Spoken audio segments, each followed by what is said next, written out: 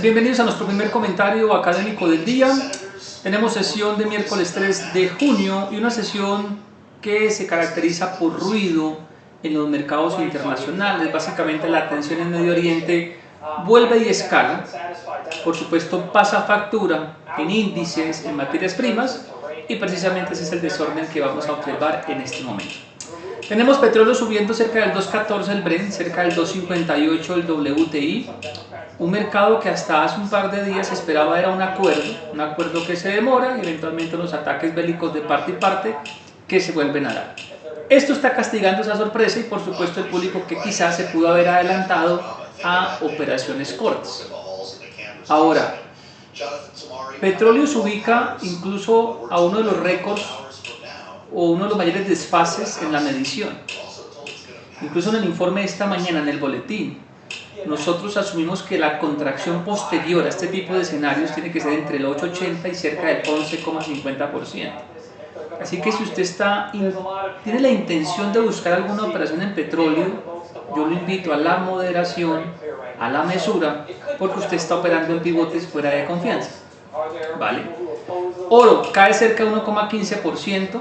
Recuerden que ayer o en los últimos informes hemos dado aquí un precio en el cual la relación riesgo-beneficio es un poquito más lógica. Hasta que no llegue allí, pues básicamente no tenemos nada que hacer antes de eso. ¿De acuerdo? El desorden pues se transmite en los índices americanos, donde pues se observa un comportamiento negativo. El Russell cae 1,25%, el Dow Jones cae 0,79%, el Nasdaq 0,88%, el Standard & Poor's 0,58%. Esta mañana, cuando el mercado comenzó, vendí el 50% de la posición que teníamos en TLT. Para quienes son nuevos en este informe, fue la primera vez que lo ven, yo tenía una posición en TLT hace bastantes meses, una posición que incluso 86, 87, 88 estuvo positiva. Yo no la vendí, fue un error de mi parte, y con todo este tema de expectativas de inflación y de toda la ola de venta de bonos que hubo hace más o menos un mes, pues esa posición básicamente se me puso negativa. En esa caída lo que yo hice fue incrementar o comprar un poco más para promediar y eventualmente quedar mejor. Posteriormente, luego de ese stop fuerte, de esa venta de bonos que fue exagerada, los mercados se recuperaron.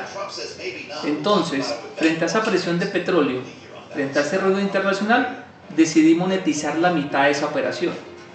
Al comprar bajito la otra parte, pues básicamente el precio inicial disminuyó y con ese pequeño incremento hubo algo de ganancias.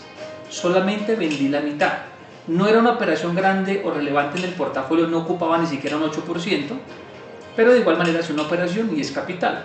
Hoy lo que hice fue en la primera parte, simplemente vender la mitad, monetizar esa pequeña ganancia y con eso aumentar un poco el caudal o la banca, el capital, la liquidez que existe en el portafolio internacional, ¿vale?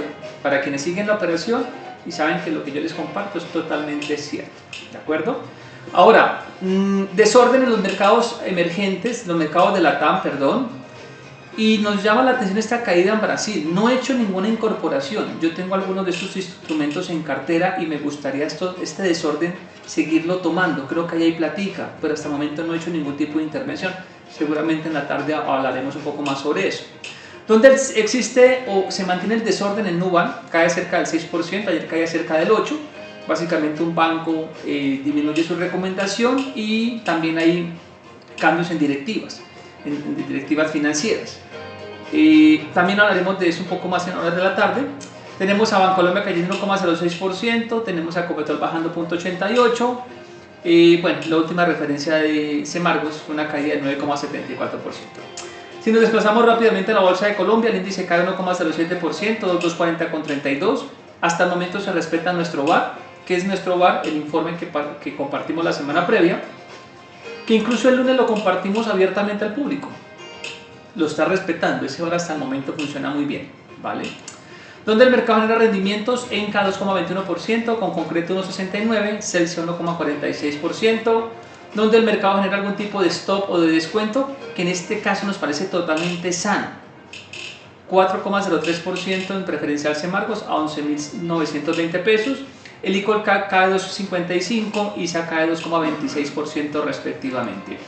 Un dólar que se ubica en 3.575 pesos, pero en la apertura hizo tal cual lo que lo que se envió en el informe, pero también ayer yo les hacía un comentario sobre dólar. Yo tuve dólar, yo compré dólar y ayer moneticé, vendí dólar.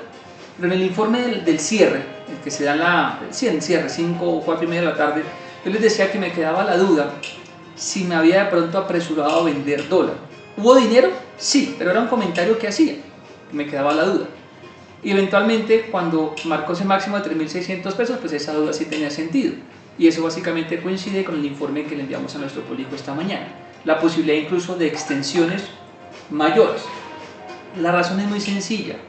El lunes, cuando el mercado arrancó semana, cuando el mercado incorporó el resultado electoral, la baja que tuvo dólar fue demasiado rápida, demasiado brusca. Recuerden que es tendencia, inclinación y velocidad.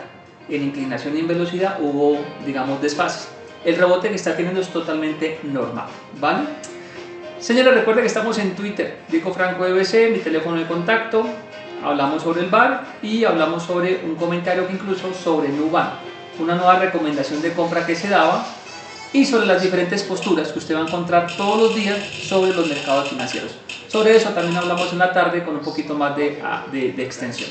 Señores, un fuerte abrazo y nos vemos en un par de horas. Para Data IFE que les habló Diego Franco.